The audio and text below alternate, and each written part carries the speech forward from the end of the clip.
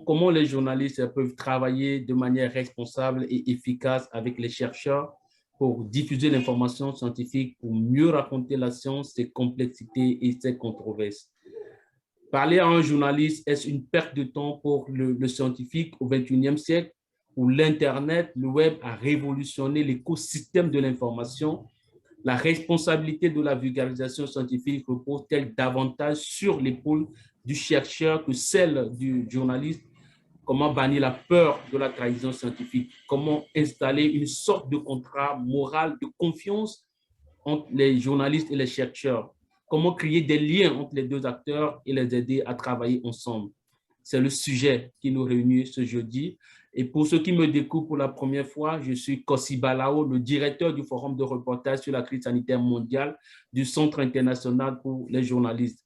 C'est un forum que nous avons lancé en collaboration avec le réseau international des journalistes pour offrir de l'aide, des opportunités, des ressources aux journalistes du monde entier.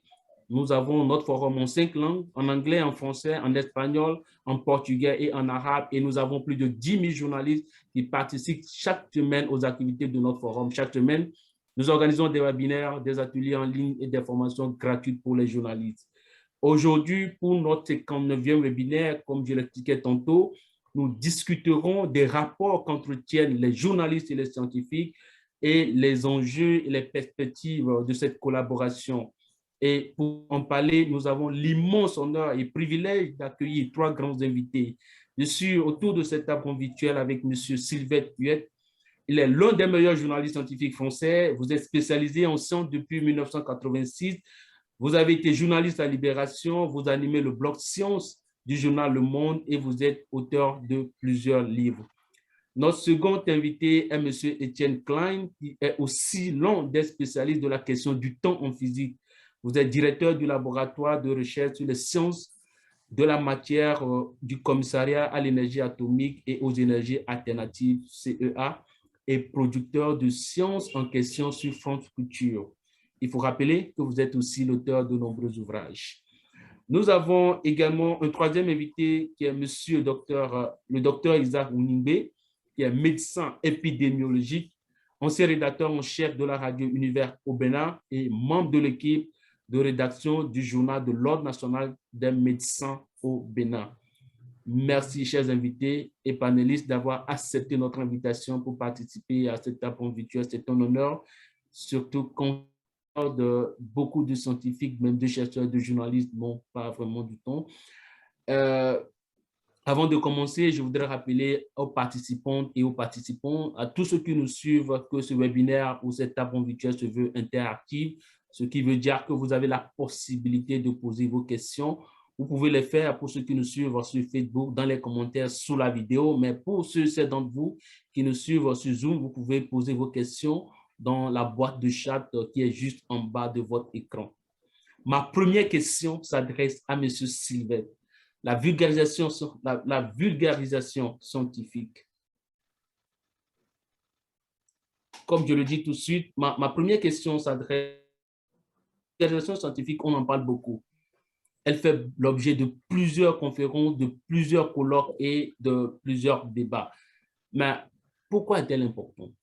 Sanitaire en cours avec la Covid-19 montre qu'il faut répondre à cette question en faisant une différence entre les informations scientifiques, on va dire, qui sont la vie quotidienne de la science, le fait que la recherche a produit énormément de connaissances sur le monde naturel, sur ses interactions avec l'homme, depuis, on va dire, le début du 19e siècle. Et c'est un enjeu sociétal, de civilisation, de faire partager au plus grand nombre possible les informations sur les connaissances acquises et sur les recherches en cours pour faire reculer le mur de l'ignorance. Toutefois, toutes ces informations n'ont pas la même importance sociale. Et on le voit avec la crise sanitaire, il y a des informations qui peuvent sauver des vies et des mauvaises informations, des fake news, des erreurs, des ignorances de la population qui peuvent tuer. On peut mourir parce qu'on ne sait pas. Et on peut même tuer en diffusant des mensonges, par exemple, sur les causes d'une maladie, sur les traitements qui permettent ou pas de la guérir, sur les vaccins, on le voit en ce moment, il y a des gens qui mentent à propos de l'efficacité des vaccins qui existent contre la Covid-19. À cause de ces mensonges, il y a des gens qui ne se vaccinent pas alors qu'ils pourraient se vacciner. Le vaccin est là, il est à disposition, il peut même être dans de nombreux pays gratuit.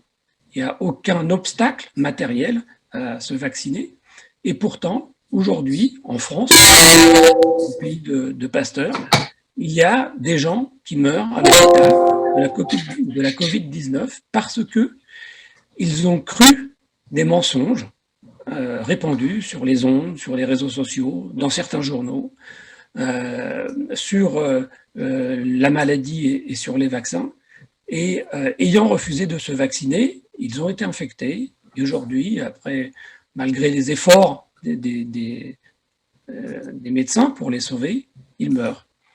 Et on voit avec cet exemple que l'enjeu de l'information sur les sciences, ce n'est pas seulement de rendre le monde meilleur parce que les gens, les populations du monde entier, tout le monde serait mieux informé de la science en général. Il y a aussi, parfois, même souvent, des enjeux de société qui peuvent être des enjeux de vie ou de mort, qui sont liés à la qualité de l'information sur la science.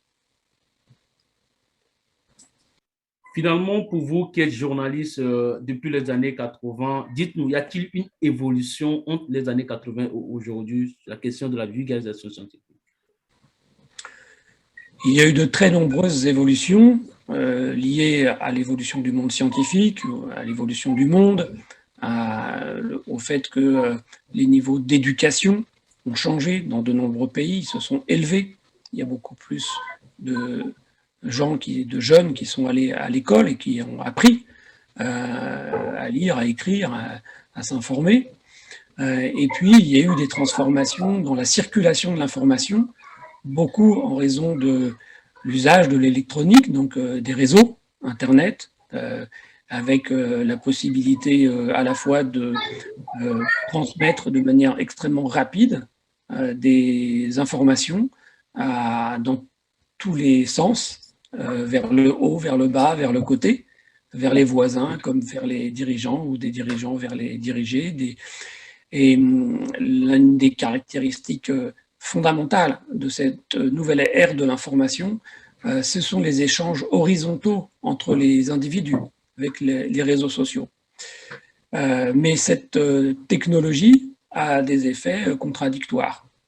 D'un côté, ça a permis aux journalistes spécialisés en sciences d'avoir des relations beaucoup plus fluides, beaucoup plus rapides avec le monde de la science, pour suivre de manière beaucoup plus serrée l'évolution des connaissances et des travaux de recherche. Et d'un autre côté, ces outils numériques permettent aussi la diffusion tout aussi rapide, tout aussi efficace d'ignorance socialement construite, de mensonges à propos de la science, à propos des technologies, à propos des relations entre les hommes et ces sciences et ces technologies. Et donc, ce n'est pas du tout une baguette magique qui aurait résolu les problèmes. C'est à la fois des possibilités et des problèmes nouveaux. Monsieur Klein, vous animez sur France Culture une émission sur la vulgarisation scientifique. Est-ce qu'au début, vous avez noté une certaine méfiance entre les chercheurs et les journalistes? Alors bonjour à toutes et à tous, merci pour l'invitation. D'abord, vous avez énoncé au tout début de votre intervention une liste de questions extrêmement difficiles auxquelles je ne sais pas bien répondre, à vrai dire, parce que comme l'a dit, mais je l'ai mal entendu parce que la voix était très faible, Sylvestre Huet, on peut évidemment trouver toutes sortes de moyens pour améliorer les relations entre les chercheurs et les journalistes, mais vous voyez bien que quelle que soit la qualité des productions qui en résulteraient, elles seraient mises en concurrence avec d'autres formes d'informations, d'opinions, de commentaires, de bobards, appelons-les comme ça, qui semblent recueillir davantage que les informations étayées l'adhésion d'un certain public. Autrement dit, même si un article est très bien travaillé, ne dit que des choses qui sont sourcées, étayées, vérifiées et qui font consensus de la communauté scientifique, rien ne garantit que cet article sera plus lu que d'autres moins bien écrits, mais disant des choses qui sont plus conformes à ce que le public a envie d'entendre. Bon. Alors pour répondre à votre question, moi j'anime en effet une émission dans laquelle, pour l'instant, je n'ai pas noté de refus qui auraient été opposés à des invitations de chercheurs qu'on pourrait faire. Au contraire, on reçoit même des demandes explicites de chercheurs qui veulent venir dans l'émission. Donc, je n'observe pas de réticence de la part des chercheurs. Ça s'explique sans doute par le fait que les chercheurs que j'invite, en général, sont auteurs de livres et souhaitent en faire la promotion par le biais de la radio. Si j'invitais des chercheurs tirés au sort au CNRS ou ailleurs, peut-être qu'il y aurait quelques refus. Mais moi, je n'observe pas de réticence des chercheurs à communiquer, sauf dans certains domaines peut-être. Le problème, c'est que le Covid, la crise qu'on est en train de traverser, a montré la gravité d'un problème qui était déjà apparent avant les années Covid. Mais en tout cas, en ce qui me concerne, il n'est pas apparu dans toute sa gravité de façon très, très manifeste ces derniers mois. Avant, c'est-à-dire quand j'étais plus jeune, je faisais de la vulgarisation en ayant l'impression qu'il s'agissait d'un devoir presque politique. Tout le monde n'a pas eu la chance de faire des études scientifiques. La science peut produire des idées tout à fait passionnantes et j'estimais que, quelle que soit sa condition, quelle que soit sa formation, quel que soit son milieu social, on devait pouvoir avoir accès aux connaissances scientifiques et ça supposait de trouver le moyen de traduire ce que dit la physique dans un langage que tout le monde puisse comprendre. Moi, j'ai passé des années à faire ça, avec l'impression complètement illusoire que ça fonctionnait. Parce que quand vous faites ce type de travail, eh bien, vous avez des lecteurs, vous faites des conférences qui attirent un certain public, qui posent des questions, et vous avez l'impression qu'il y a un dialogue qui s'instaure entre la science et la société. Mais évidemment, quand vous faites une analyse positive de la situation, c'est tout simplement parce que vous êtes victime d'un biais colossal, qui est que la vulgarisation ne fonctionne qu'auprès des gens auprès desquels elle fonctionne, c'est-à-dire une toute petite partie de la population. Et ce qu'a montré le Covid, en tout cas, ça m'a fait voir de façon un peu dramatique, c'est l'amplitude des biais cognitifs qui font qu'il y a une déformation entre ce qui est émis par la source et la façon dont c'est accueilli par le public. Alors les biais cognitifs, évidemment, on les connaît tous, ils sont identifiés depuis des années. Mais moi, j'ai été surpris par leur intensité, si vous voulez. Il y a un texte d'un philosophe français que vous connaissez, qui est Nietzsche, qui, dans un livre qui s'appelle Humain trop humain, avait écrit un petit paragraphe sur l'avenir de la science, dans lequel, dès 1878, il pronostiquait que, assez rapidement, le goût du vrai allait disparaître à mesure que la vérité procurait moins de plaisir. Et on voit bien que ça reste, enfin, c'est devenu extrêmement vrai. C'est-à-dire que une information qui nous plaît au sens où nous aimerions qu'elle soit vraie, est beaucoup plus crue et beaucoup plus partagée qu'une information objective.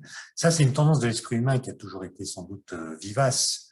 Mais comme l'a dit Sylvestre dans ce que j'ai entendu de ce qu'il a dit, c'est que, à mon avis, le numérique, d'une façon générale, amplifie cette tendance d'une façon très, très, très, très rapide, puisque le numérique, qui a beaucoup d'atouts par ailleurs, on voit bien qu'il fabrique une nouvelle condition de l'individu contemporain.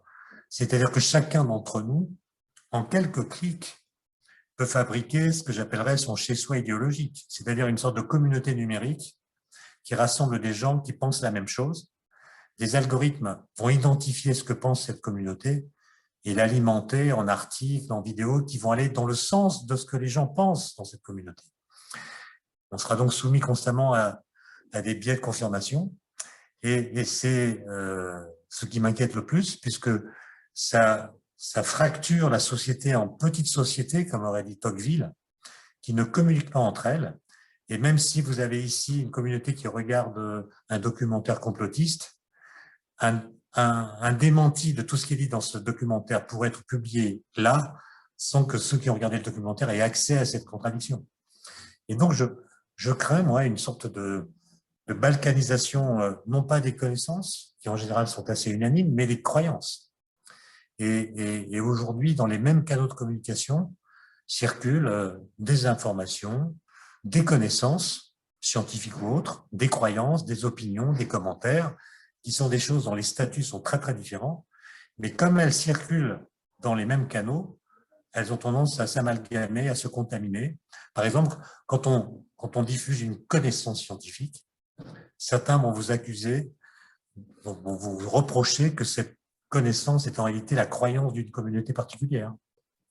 Donc, quand moi je fais un cours sur le boson de Higgs, personne ne me reproche d'être au CEA, parce qu'on ne pense pas que le CEA a une idée particulière sur le boson de Higgs.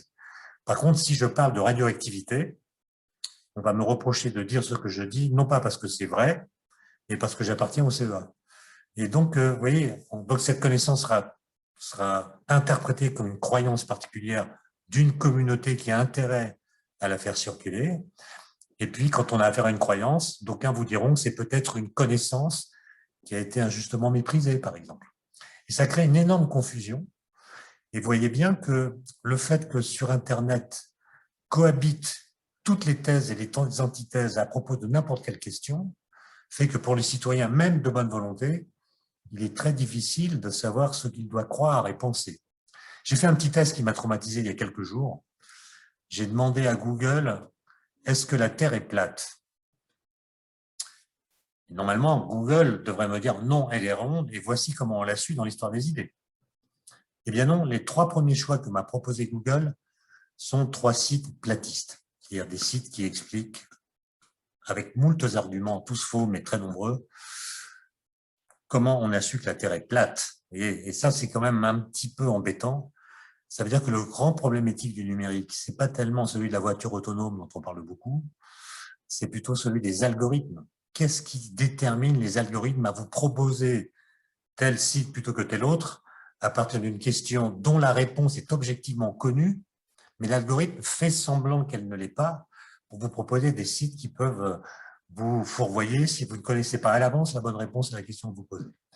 Et donc, moi, je pense que voilà, le Covid nous oblige à complètement repenser la façon de faire la vulgarisation, à tenir compte de ce que nous avons appris pendant cette période.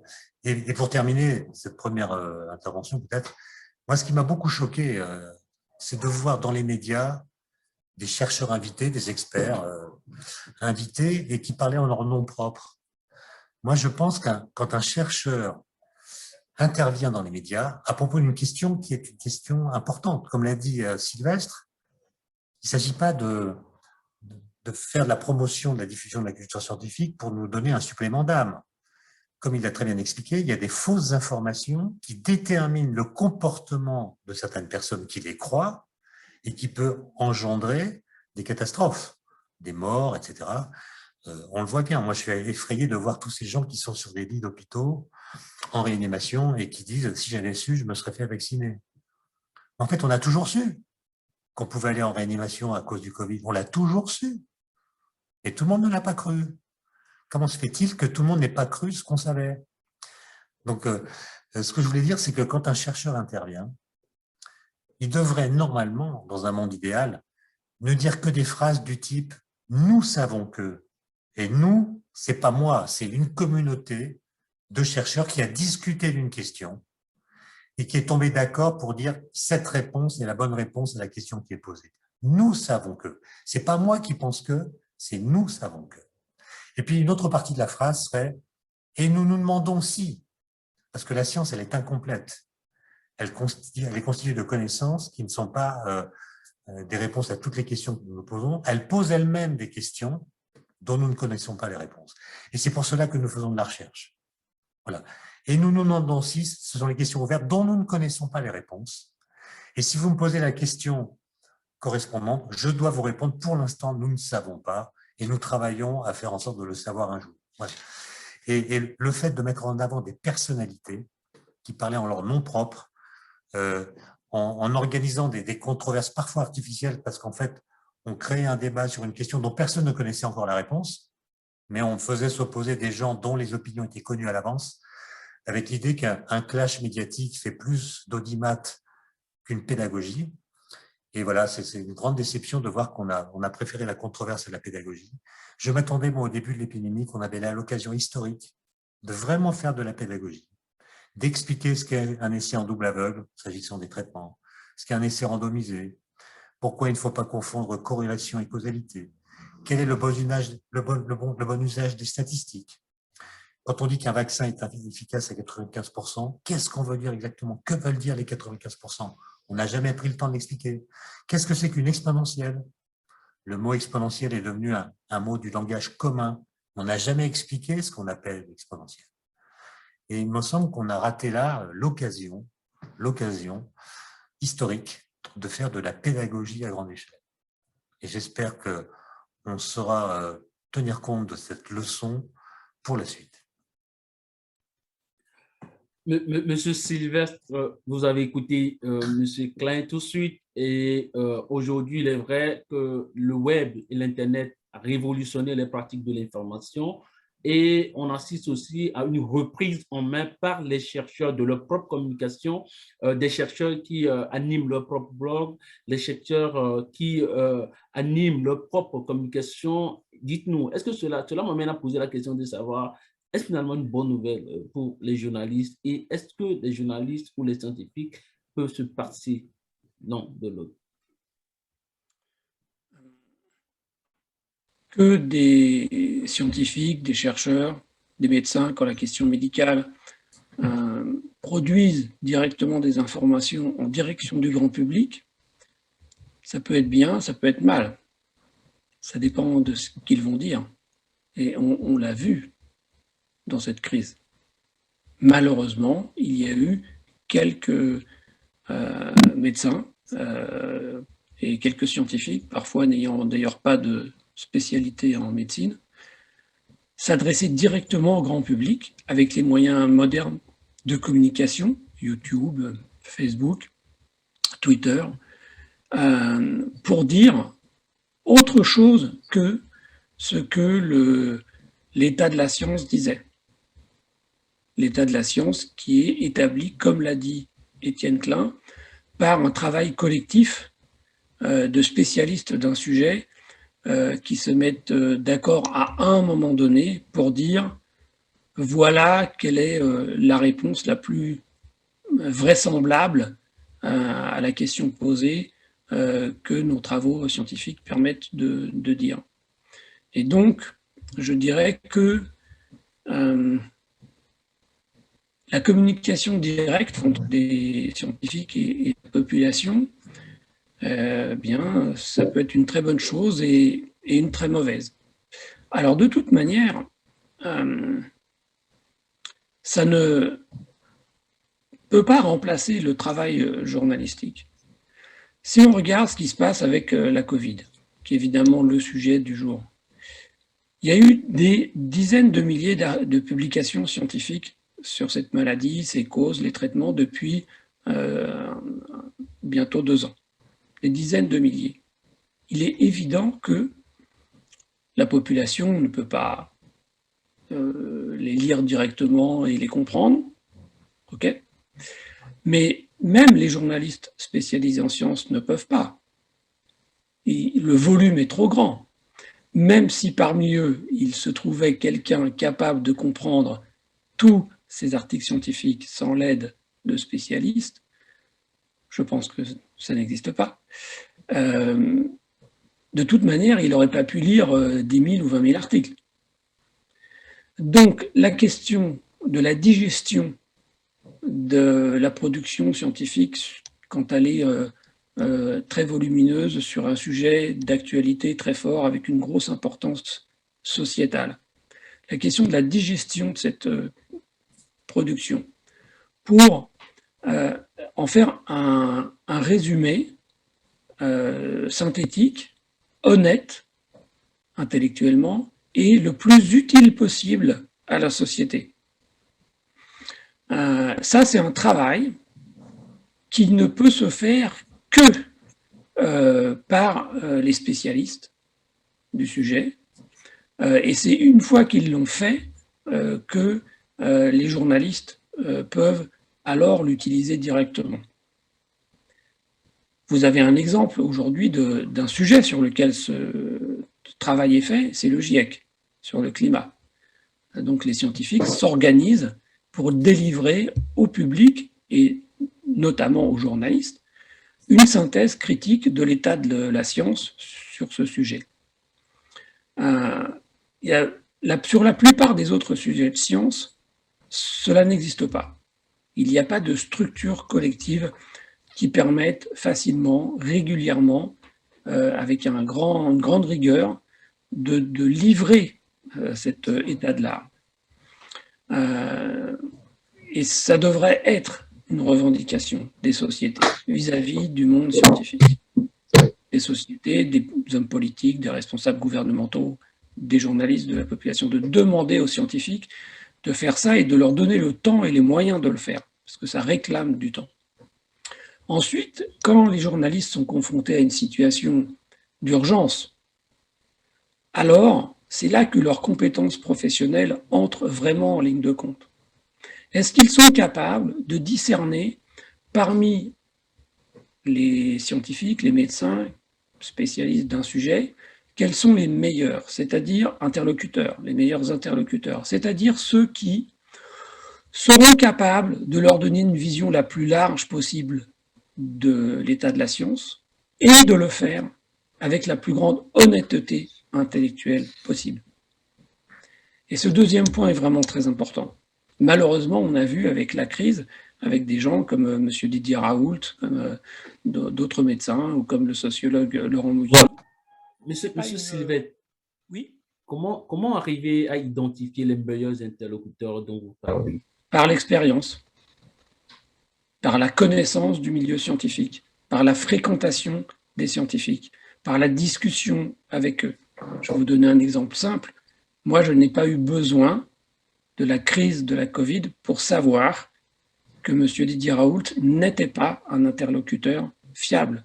Je le savais depuis des années, parce que sur d'autres sujets, il avait déjà montré qu'il n'était pas honnête, qu'il était capable de répondre des discours en contradiction avec l'état de la science, et puis parce que je savais aussi que la manière dont il manageait l'Institut hospitalier universitaire de Marseille, le simple fait qu'il ait signé 3000 publications scientifiques est un indice très clair pour un journaliste spécialisé que ce monsieur a un problème, parce que ça n'existe pas, un scientifique qui publie 3000 publications. Les meilleurs du monde, dans les sciences les plus productives, ils vont en faire 400 dans toute leur carrière.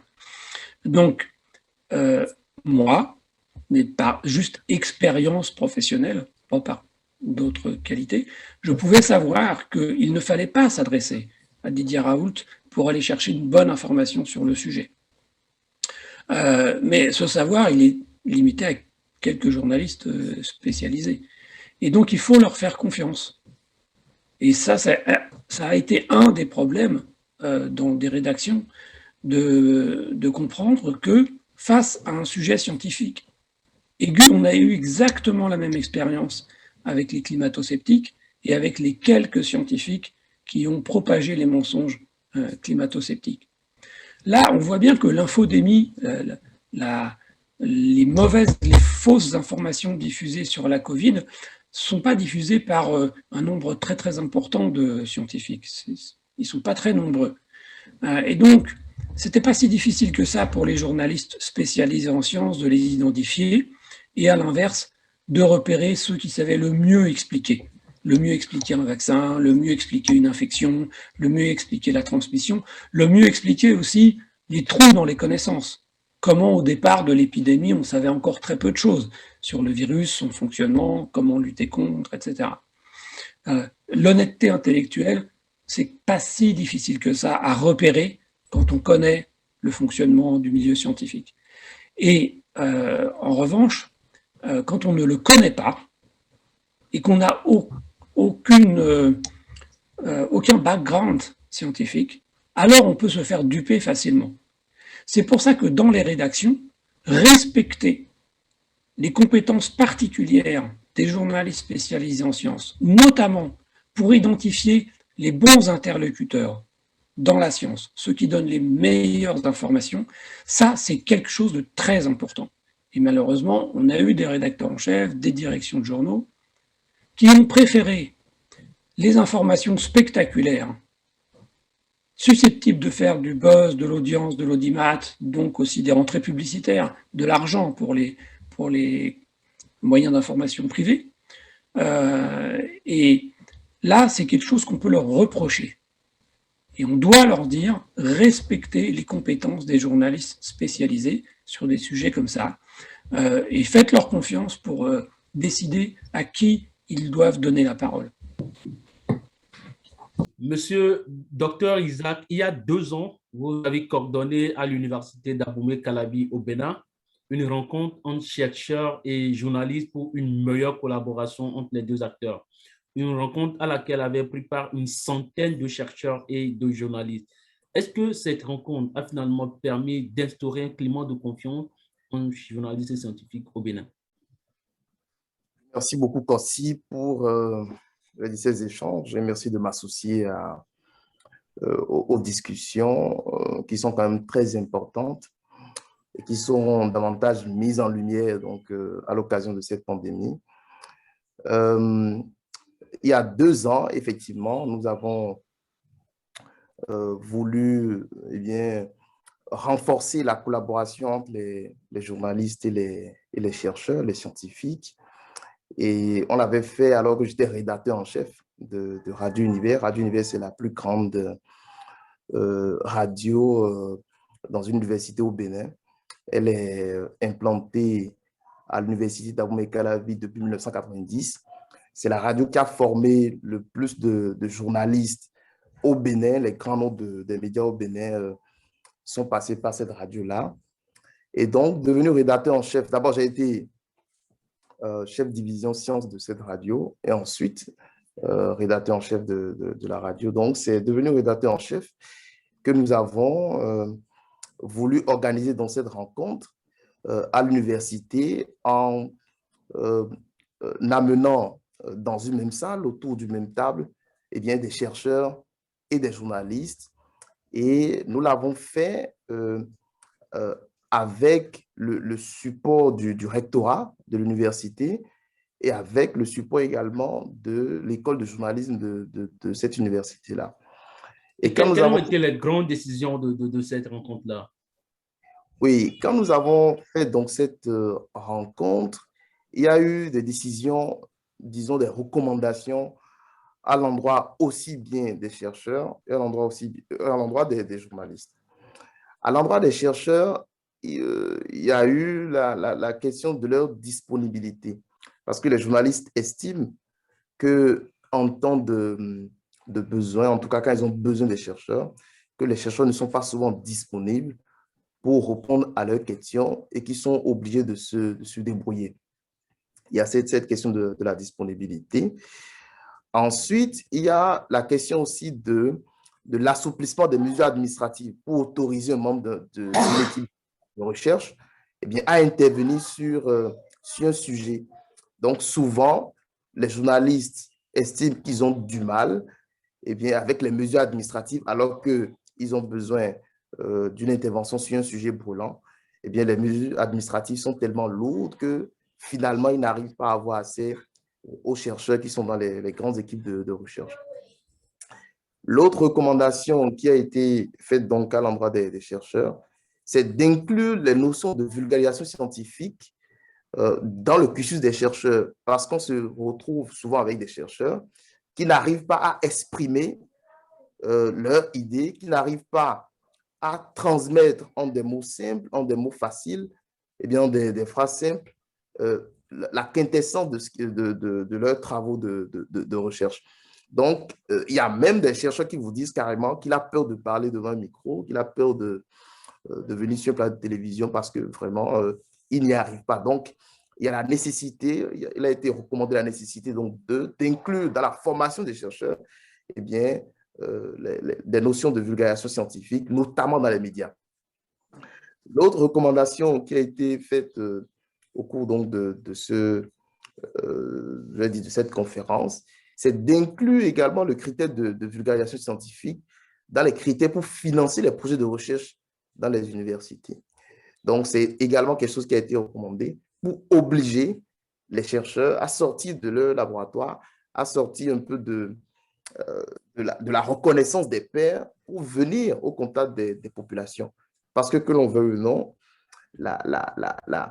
les chercheurs ont également une responsabilité sociale, un rôle vis-à-vis de la société, parce que l'argent qui sert à payer leur salaire, eh bien, provient également des impôts payés par l'agriculteur qui est quelque part dans un village, par un enseignant, ainsi de suite. Donc, il y a cette responsabilité sociale du chercheur qui a été mise en avant. Donc, aux journalistes, la recommandation, c'est de ne pas s'intéresser qu'aux sujets politiques, parce que chez nous, ici, les journalistes ont tendance à beaucoup plus s'intéresser aux questions politiques, aux questions qui sont dans le sensationnel,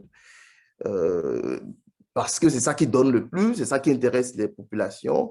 Venir parler, par exemple, d'un sujet de recherche ne fait pas autant d'audience que venir parler d'un sujet politique. Donc, c'est d'amener les journalistes à s'intéresser davantage au sujet de recherche, au sujet scientifique. L'autre élément, c'est que les chercheurs ont estimé que quand ils se confient aux journalistes, que les journalistes parfois peuvent déformer leurs propos, peuvent mal rapporter leurs propos, peuvent eh bien, ne pas refléter ce qu'ils veulent vraiment dire. Et parfois, ça peut causer des problèmes de confiance entre les chercheurs et les journalistes, donc des chercheurs qui refusent après d'intervenir sur les médias parce qu'ils ont estimé que les fois où ils sont intervenus, que les journalistes n'ont pas dit exactement ou bien n'ont pas véhiculé l'idée qu'ils voulaient véhiculer. Donc, il y a ce sujet-là qui est revenu.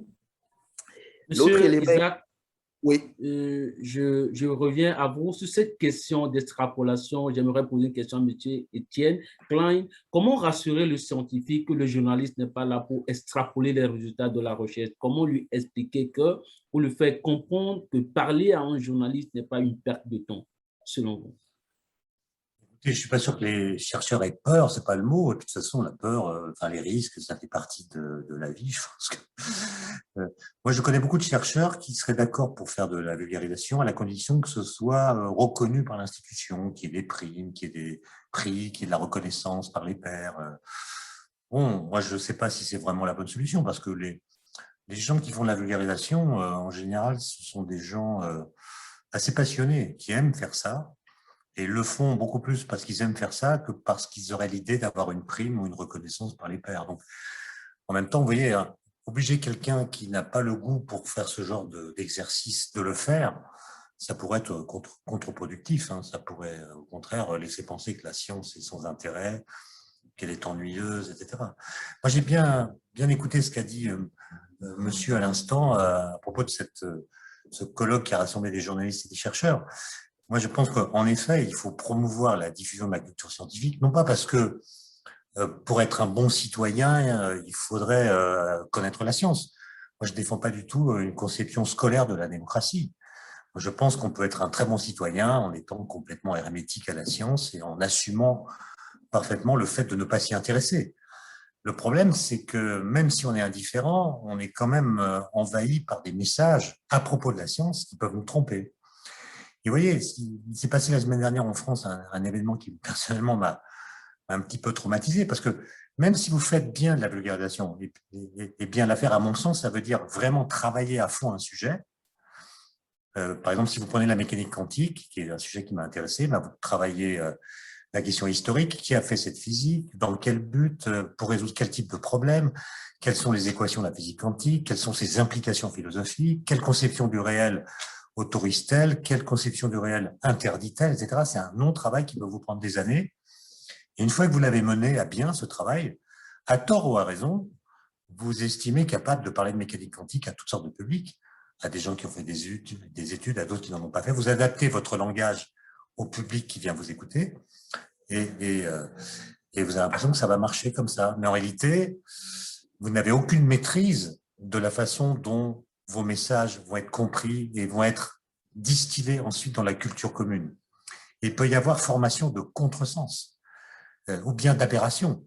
Et l'exemple qui m'a frappé de la semaine dernière dont je voulais parler, c'est un intellectuel français très, très connu qui a fait une conférence il y a quelques jours à propos du changement climatique, et il a expliqué que ce n'était pas du tout dû à l'activité humaine. Donc, il pense qu'il n'a pas lu les rapports du GIEC, et comme l'a dit Sylvestre Huet, les rapports du GIEC, c'est des sortes d'exemples, c'est des gens qui ont travaillé énormément à synthétiser les connaissances, qui ont énormément travaillé à rendre cette connaissance lisible par toutes sortes de publics. Il y a différents niveaux de lecture, etc. C'est un travail énorme. Moi, je connais des gens qui y travaillent, mais je sais qu'ils y passent des mois et des mois de labeur intense à essayer de trouver les bonnes façons de présenter leur travail, qui bénéficient d'une objectivation par le fait que ces résultats ont été discutés au sein d'une communauté très large. Et tous les avis critiques sont intégrés, on en tient compte pour une nouvelle formulation éventuelle. C'est un travail assez remarquable qui, en effet, n'est pas fait dans d'autres disciplines. Mais bon, eh bien, malgré cela, cet intellectuel a dit aux gens qui l'écoutaient, ils étaient plusieurs centaines, que le changement climatique que nous observons n'était pas du tout dû à l'activité humaine, mais au fait que dans un univers parallèle, il y a des fluctuations du vide quantique qui viennent réchauffer l'intérieur de la Terre. Bon, c'est un truc complètement délirant, et ce qui montre qu'il a lu des livres de cosmologie sur les univers parallèles, ce qu'on appelle les multivers. Il s'est documenté sur le vide quantique, mais d'un point de vue méthode scientifique, il n'a pas compris grand-chose, et il arrive à dire une absurdité tout en affirmant que cette hypothèse dont il parle a été vérifiée. Au point que ça ne serait plus, d'ailleurs, si c'était vrai, une hypothèse. Mais ce qui m'a traumatisé, c'est pas tellement le fait qu'ils disent cette énormité, c'est le fait que personne dans la salle ne réagisse pour dire, mais écoutez, ce que vous dites là, ça tient pas debout, c'est absolument pas étayé, c'est une fantasmagorie, et c'est pas du tout ce qui ressort des études qui ont pu être faites par les spécialistes du sujet. Donc, vous voyez, donc, vous voyez comment la vulgarisation, même si elle est accomplie avec les meilleures intentions du monde, peut engendrer, à l'insu de son plein gré, si j'ose dire, des effets pervers qui nous font nous demander sur comment faire pour que les choses se passent un peu mieux. Et donc, moi, je suis de plus en plus intéressé à la façon de comprendre comment sont reçus les messages venant de la communauté scientifique. Comment est-ce qu'ils sont intégrés culturellement? On voit bien qu'il y a parfois des contresens, des renversements qui font que les messages qui circulent dans la société ne sont pas du tout ceux qui ont été émis par les scientifiques. Il y a une déformation qu'il faudrait davantage comprendre pour adapter nos façons de parler de la science pour le grand public.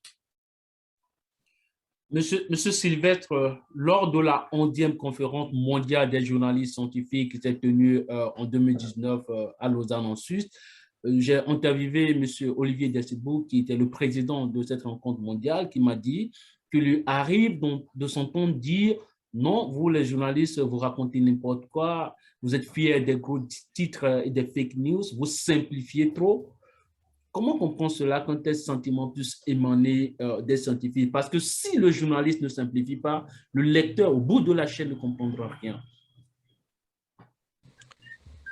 C'est sûr que la manière dont on va parler de la science à un grand public peut avoir un niveau de connaissance préalable relativement faible,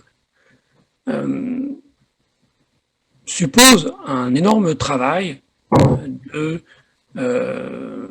simplification, de trouver les mots qui vont remplacer les équations de la vraie science, si je puis dire. Il ne faut pas se leurrer sur le travail que font les vulgarisateurs ou les journalistes spécialisés en sciences lorsqu'ils tentent de faire partager des connaissances scientifiques. On ne peut pas faire partager la science telle qu'elle se produit, telle qu'elle se travaille dans les laboratoires. Ça, notamment, toute cette science qui s'exprime à l'aide de mathématiques utilise des mathématiques qui sont incompréhensibles par l'écrasante majorité des gens, même ceux qui ont un bac. Donc, on ne va pas leur parler de la science de la même manière que les scientifiques en parlent lorsque ils en discutent entre eux, avec la technique de la science. Et c'est là qu'il y a deux sujets les plus importants qui interviennent. Le premier, c'est la compétence, c'est-à-dire que les journalistes qui font ce travail doivent vraiment être spécialisés. C'est-à-dire qu'on ne peut pas s'improviser journaliste scientifique ou n'y consacrer que une toute petite part de sa carrière professionnelle. Ça exige un engagement, un investissement, un travail personnel pour s'assurer qu'on comprend assez bien ce dont on va parler pour ne pas dire de bêtises à ce sujet. Et ça suppose que les rédactions emploient des journalistes qui ne font que ça et leur donnent le temps de travailler pour acquérir les compétences minimales nécessaires à ce travail. Il y a un deuxième élément qui n'est pas la compétence, mais qui est l'honnêteté, la clarté dans les intentions. On peut être dans un système rédactionnel où ce qui est apprécié par la direction en termes de science, c'est ce qui va attirer du public. Et donc on va avoir tendance à déformer la réalité pour la rendre plus attractive. C'est pas très original, ça se fait dans beaucoup d'autres domaines. Et le résultat, quand on utilise cette technique en journalisme scientifique, c'est que on va bien évidemment donner une image fausse de la science, de ses méthodes et de ses résultats aux lecteurs, aux éditeurs ou aux gens qui regardent un documentaire à la télévision. Et bien souvent, les techniques utilisées en presse pour raconter la bonne histoire qui est attractive et qui tient en haleine le public jusqu'au bout de l'article ou jusqu'au bout du documentaire ou de l'émission de radio, malheureusement, ce sont des techniques qui s'opposent à la transmission de la dureté du savoir scientifique acquis. Si la science, c'était facile à comprendre, tous les étudiants auraient toujours 20 sur 20 à tous leurs devoirs et leurs examens à l'université, ils auraient tous une thèse à la fin. Non, la science, c'est dur. Et c'est pas de la magie non plus. Et donc, il faut jamais se dire que ça va être facile de faire passer quelque chose qui n'est pas la science elle-même, ça j'ai expliqué pourquoi c'est pas possible, mais qui a un rapport le plus honnête possible à ce qu'est la science, et à ses résultats, et à ses questions sans réponse, et à ses méthodes. Et c'est là que, au pied du mur, on voit le maçon, au pied de cette exigence-là, on voit pas seulement le bon journaliste scientifique au sens où il est capable personnellement de faire cela, mais aussi le bon journal, le bon système médiatique, la bonne organisation sociale dans comment elle donne les moyens à la presse de remplir son rôle social. C'est là qu'on peut juger de tout cet édifice-là qui est collectif, qui n'est pas un problème individuel, uniquement de compétences personnelles, mais qui est la réponse à la question suivante. De plus en plus, nos sociétés dépendent des technologies issues de la science pour leurs moyens de vie. Si vous voulez que les choix qu'il faut opérer dans ce champ-là, qui est de plus en plus important, soient opérés de manière démocratique, vous avez absolument besoin d'augmenter de manière considérable la capacité de la société, de l'ensemble des citoyens, de la population, à appréhender les possibilités et les limites des technologies et des savoirs scientifiques qui sont derrière. Donc c'est un enjeu de civilisation. Et on y arrivera uniquement si on se donne cet objectif-là, d'une démocratisation qui inclut les enjeux de technologie et de science. Évidemment, ça place les journalistes spécialisés en sciences dans un rôle qui est important, mais qui n'est pas, ils ne sont pas les seuls en jeu. On ne peut pas renverser la table de la mauvaise information uniquement par une bonne activité professionnelle personnelle. On a besoin de s'interroger sur le système lui-même. Pour ne prendre qu'un exemple, de très nombreux mensonges sur la Covid-19, des mensonges meurtriers, ont été diffusés par l'intermédiaire des réseaux sociaux. Or, il y a maintenant un peu de temps, 1 an et demi, une étude scientifique très sérieuse sur le réseau Twitter a prouvé que les êtres humains qui agissent sur ce réseau, et pas les robots d'ailleurs, les êtres humains qui agissent sur ce réseau retweetaient plus souvent, plus largement, plus rapidement les nouvelles fausses que les nouvelles vraies.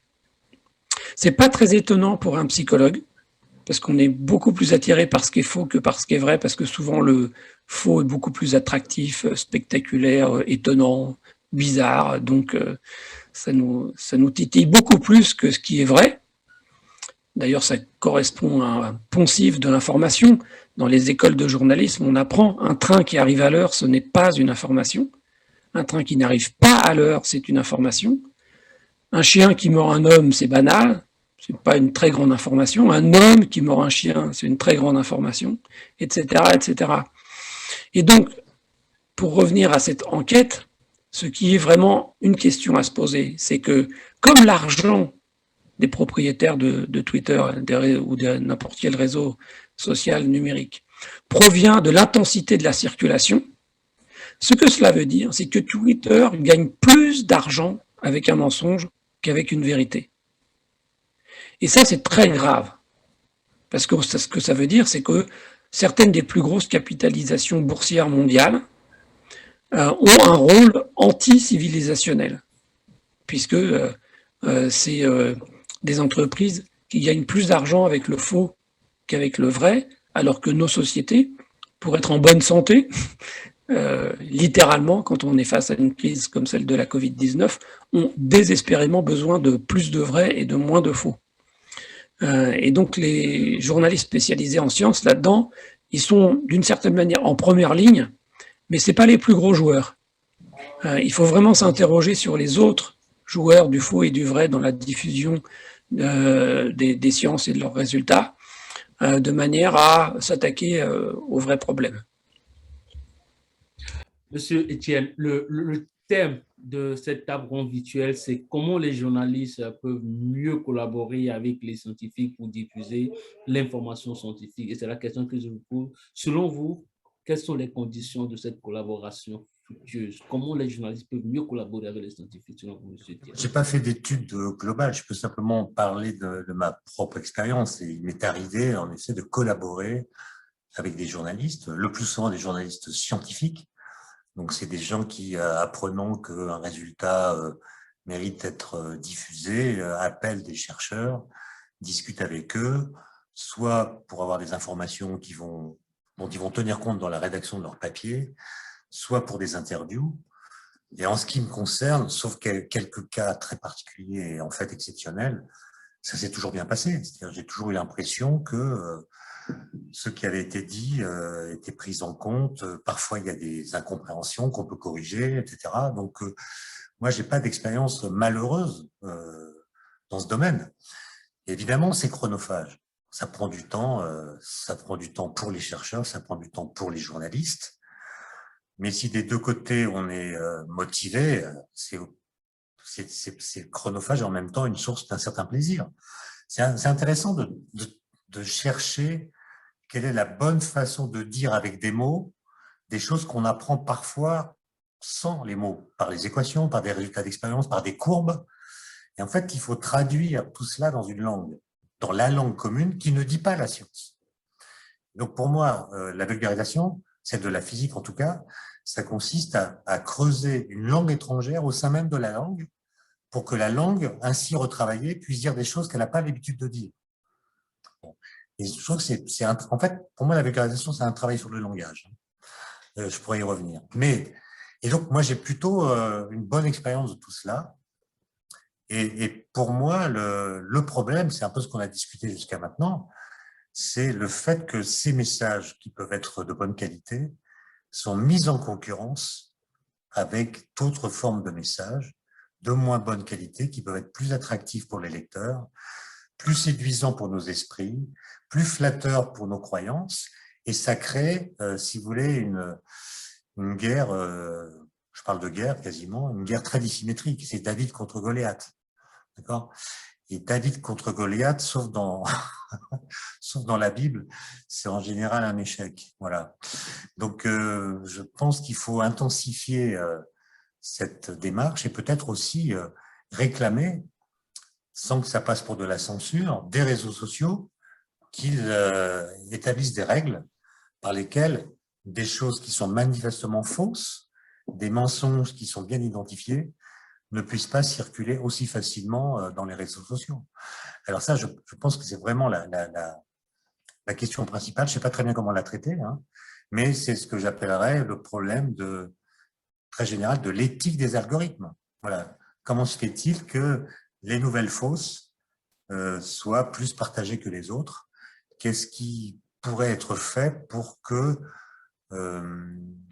sans que ce soit de la censure, encore une fois, les erreurs, les mensonges, les manipulations, les tromperies soient davantage repérées et combattues. Docteur Isaac, je vous pose la même question que celle que je viens d'adresser à M. Tien Klein. Comment améliorer la collaboration entre journalistes et scientifiques, puisque c'est le thème de ce jour. Merci, Kossi. Tu ne m'as même pas permis d'aller au bout de mon intervention tout à l'heure, mais bon, je vais quand même aller sur ta question. Alors, pour la collaboration entre les journalistes et les scientifiques, je partirai toujours de notre expérience ici au Bénin, avec les initiatives que nous avons eues ici à Radio Univers. La chose que nous avons commencé par faire à la radio, c'est de créer un des sciences, c'est de créer une division sciences qui s'occupe uniquement des questions de sciences. Et on est allé plus loin. Étant donné que notre radio était une radio qui est implantée au sein de l'université, nous sommes allés, en fait, nous avons réorienté même la ligne éditoriale de la radio. Donc, la ligne éditoriale de la radio, c'était de faire de la vulgarisation scientifique, c'était de partager avec donc, nos auditeurs ce qui se fait à l'intérieur de l'université. Donc, le desk science est devenu un desk, je vais dire, central de la radio. Donc, ça, c'est déjà au niveau des médias de donner une grande importance aux questions médiatiques. Et nos émissions, quand on prend notre grille de programme, les heures de grande écoute sont consacrées à des émissions qui traitent de la question scientifique, qui traitent de la vulgarisation des sujets de recherche. Ça, c'est la première chose. Parce que quand vous allez dans les médias, souvent, eh bien, le desk politique, le desk politique domine, écrase carrément le desk science. Et quand il faut même aborder les questions de science, ce sont les journalistes politiques qui reçoivent les chercheurs, qui identifient les chercheurs, qui les amènent dans les émissions souvent polémiques, qui cherchent le buzz, avec un temps médiatique qui ne correspond pas du tout au temps de la science. Donc, ce que nous avons fait, c'est de mettre la science au cœur de la ligne éditoriale de notre radio. Ça, c'est la première chose. La deuxième chose, c'est qu'on a intéressé beaucoup de journalistes aux questions de la science. C'est-à-dire, au lieu de les intéresser au sujet en griffe politique, au sujet qui n'allait pas en ligne de compte de notre ligne éditoriale, nous avons commencé par intéresser les journalistes aux questions scientifiques. On a commencé par les former à la méthodologie de recherche. Comment est-ce qu'on lit un résultat de recherche, par exemple? Comment est-ce qu'on lit un article scientifique? Comment est-ce qu'on décode les données? Comment est-ce qu'on peut analyser les données? Donc, on a commencé par le faire, par renforcer les capacités des journalistes qui s'intéressent aux questions de science. Et l'autre chose qu'on a commencé par faire, c'est d'aller vers les chercheurs, d'aller vers les scientifiques, d'aller vers eux. On a initié, par exemple, un projet qu'on a appelé Science au labo, où on a décidé de faire découvrir à nos auditeurs tout ce qui se fait dans les laboratoires de l'Université d'Abomey-Calavi. Qu'est-ce qui se fait dans le laboratoire? Donc, on est allé vers les chercheurs. Ils étaient un peu réticents au début, mais quand nous avons commencé, il y a eu d'autres laboratoires qui ont dit, mais tiens, nous-mêmes, on a envie de faire connaître à vos auditeurs ce que nous faisons dans nos laboratoires. Qu'est-ce que nous faisons ici? Les populations croient que nous sommes juste là, que nous cherchons toujours, que nous ne trouvons rien. Mais nous voulons démontrer que nous cherchons et que nous trouvons. Donc, on a parcouru, par exemple, près de 20 laboratoires à l'époque pour voir concrètement ce qui se fait, les résultats de recherche et voir un peu l'intérêt que ces résultats de recherche ont pour la population. Donc, nous l'avons fait et d'autres chercheurs eh bien, se sont intéressés, ont commencé par nous écrire pour nous dire, mais tiens, on a envie de venir dans votre émission. Deuxième chose, c'est que nous avons créé un groupe sur WhatsApp où nous avons mis aussi bien les chercheurs et les scientifiques et les journalistes. Donc, c'est un groupe où il y a plus de 200 chercheurs et journalistes qui discutent sur l'actualité, où on partage les agents, les programmes de colloques, les programmes de conférences, où les journalistes discutent avec les chercheurs. Donc, ça crée une collaboration, ça crée une confiance entre les deux acteurs, entre les deux parties. Et c'est plus facile, par exemple, pour des journalistes de rapidement identifier un chercheur, une référence dans ce domaine, de demander, par exemple, dans ce groupe-là, à cher journaliste, cher chercheur, j'ai besoin d'un expert sur tel sujet, qui est le chercheur le mieux indiqué. Donc, et là, on peut lui dire, mais tiens, si tu veux parler de physique quantique, il faut aller voir telle personne. Si tu veux parler de virus Ebola, va voir tel chercheur. Donc, la question même de la qualité des chercheurs, des experts qu'on invite est en train d'être réglée parce qu'on a ce forum qui permet aux journalistes d'avoir eh bien, les meilleurs dans leur domaine et de ne pas inviter n'importe qui dans les émissions. Donc ça, c'est l'autre approche donc, que nous avons utilisée.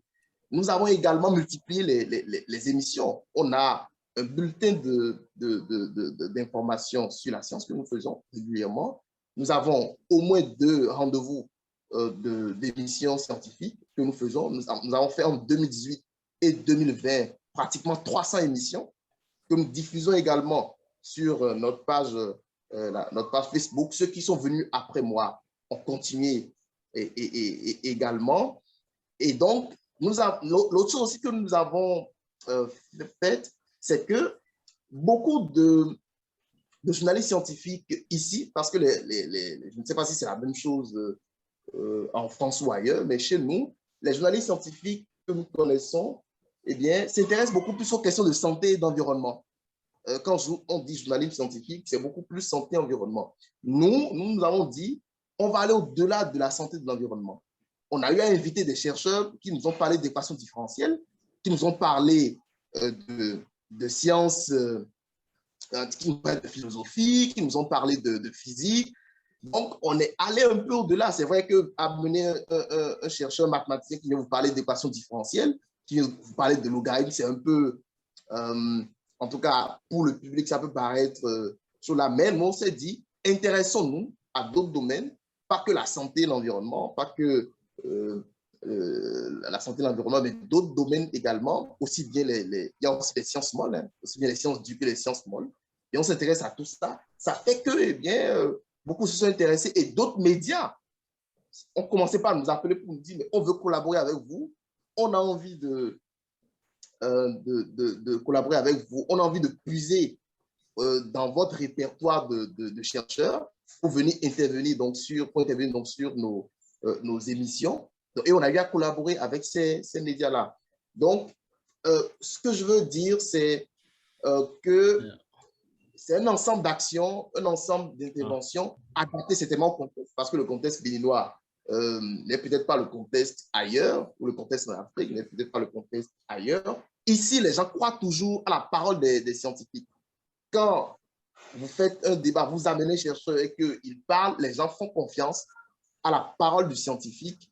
Et quand vous trouvez les bons experts, vous les amenez, même s'il y a de la désinformation, même s'il y a des fake news, quand le chercheur vient, il parle, les gens font confiance, les gens se disent, lui, c'est quelqu'un qui est savant, donc ce qu'il dit, c'est vrai. Donc, il y a moins de... Ce qu'il faut faire, surtout chez nous, c'est d'intensifier la production de connaissances à l'endroit des populations et d'utiliser les nouveaux médias, c'est-à-dire le numérique, pour davantage diffuser cette information-là, pour combattre la fausse information, puisque les gens continuent toujours de faire confiance à la science, les gens continuent de faire confiance aux chercheurs au milieu ici.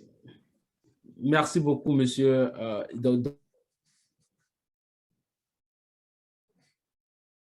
Isaac, monsieur Sylvette, nous avons une question. Est-ce qu'il suffit pour un journaliste de maîtriser les jargons scientifiques d'un domaine quelconque pour en couvrir les activités? Je relis la question. Est-ce qu'il suffit pour un journaliste de maîtriser les jargons scientifiques d'un domaine quelconque pour en couvrir les activités? Ou bien, il serait aussi utile pour les journalistes d'avoir des notions sur le fonctionnement des outils et la notion de cause-conséquence des phénomènes liés à ces domaines? C'est une question qui nous est posée par un participant sur le webinaire. Je crois qu'il faut être honnête avec soi-même et modeste. Je ne connais aucun journaliste scientifique, y compris moi après plus de 35 ans de carrière, qui maîtrise ce que vous appelez le jargon des scientifiques, c'est-à-dire ne serait-ce que le vocabulaire utilisé dans l'ensemble des disciplines scientifiques.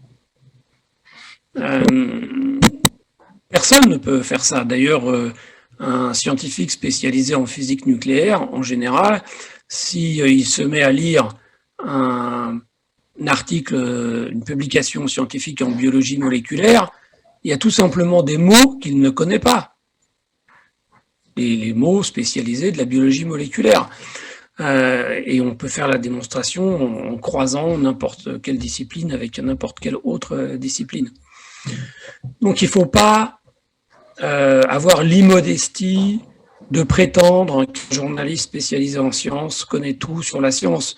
Après 35 ans de carrière, la chose que je cerne le mieux, c'est l'étendue immense de mon ignorance des sciences existantes.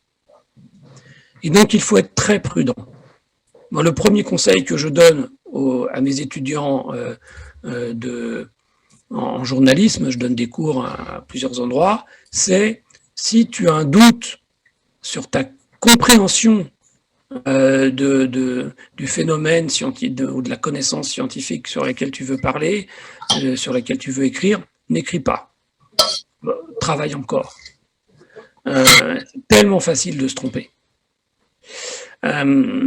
Et donc, c'est là qu'on perçoit l'importance cruciale du dialogue, du travail des journalistes avec les chercheurs.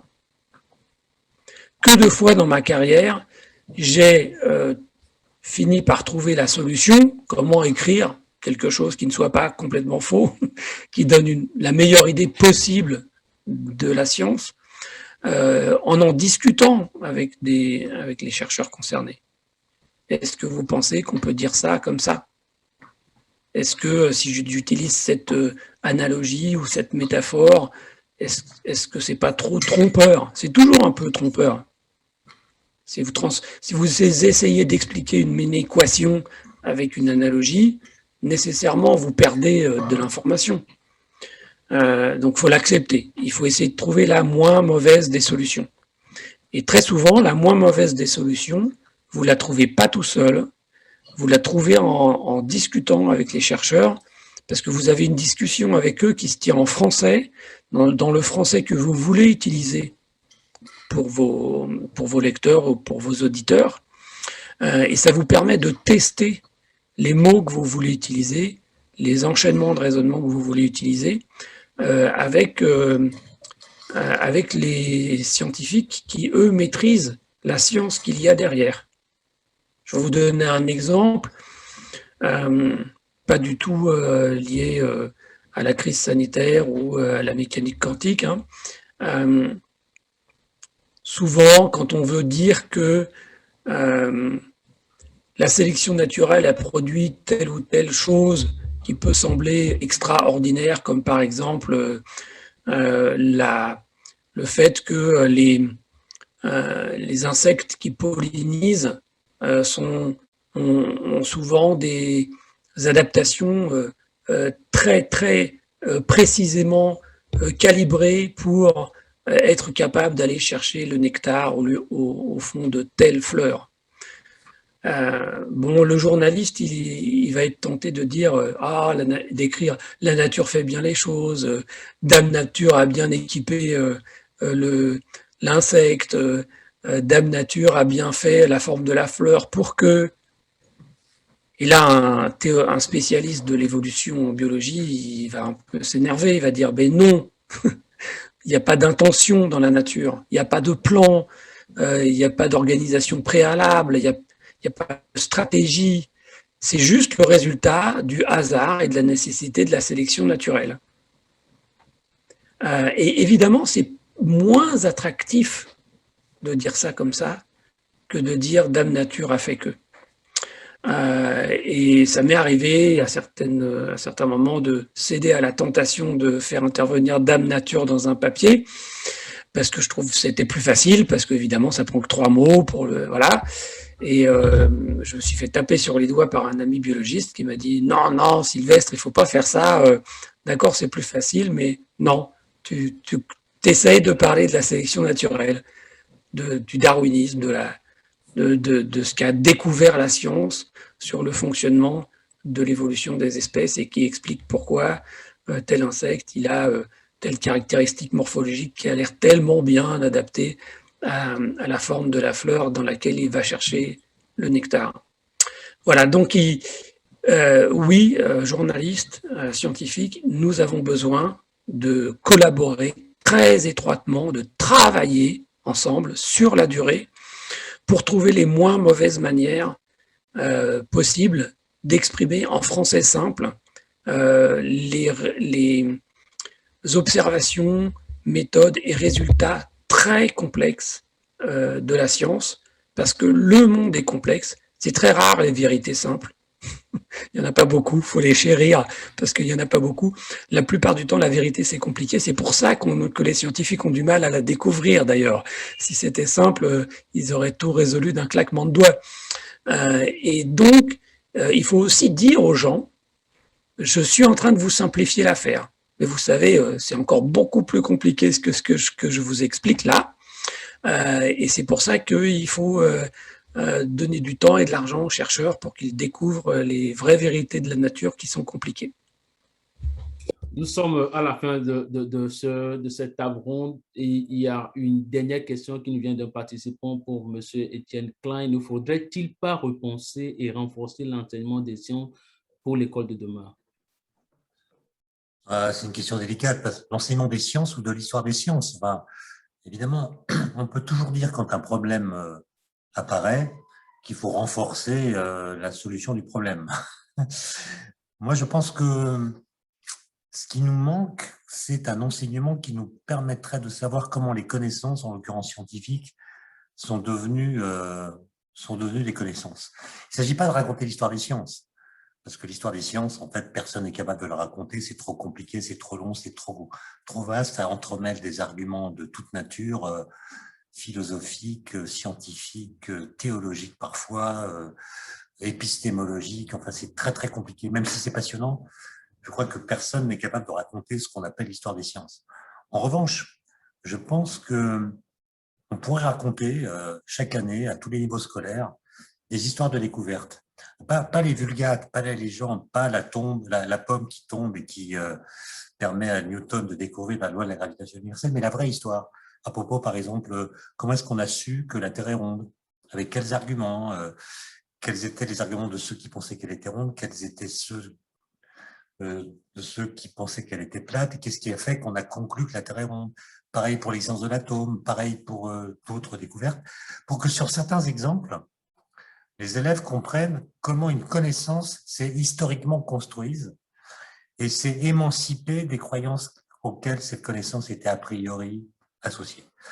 Je pense qu'il y a une telle confusion aujourd'hui que la séparation, qui n'est pas une séparation nette, il y a une porosité entre la notion de croyance et la notion de connaissance. On pourra en discuter longuement, mais quand même, il y a des connaissances dont on peut dire qu'elles ne sont pas des croyances. Et comment cette différence s'est-elle construite au cours de l'histoire des idées? C'est ça qu'il faudrait expliquer sur un petit nombre d'exemples pour que les élèves comprennent que les connaissances ne sont pas aussi arbitraires qu'on veut bien le dire parfois. Et n'étant pas arbitraires, elles méritent qu'on consacre un peu de temps à les appréhender et à les acquérir.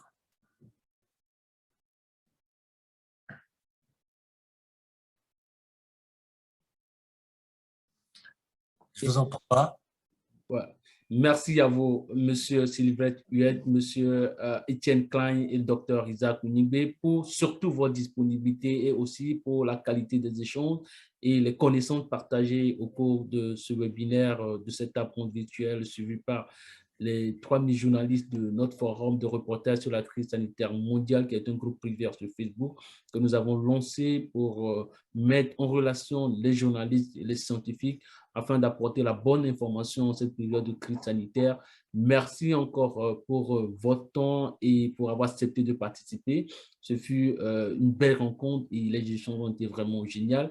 Je vous donne rendez-vous, chers membres du forum, le jeudi prochain pour une nouvelle session, un nouveau thème et pour encore discuter de la manière dont nous pouvons améliorer notre travail de journaliste. Nous avons lancé un petit sondage, je viens d'envoyer le lien dans la boîte de chat qui nous permet de savoir si cette rencontre virtuelle a répondu aux attentes des participants et des participantes, si elle a été utile pour vous dans l'exercice de votre travail. Nous vous prions de prendre quelques secondes pour le remplir et nous dire quelles sont vos recommandations, vos impressions, vos remarques et comment améliorer nos prochaines offres. Merci encore à tout un chacun. Merci à vous. Merci. Au revoir. Merci infiniment. Au revoir. Merci, Kossi. À bientôt. Au revoir.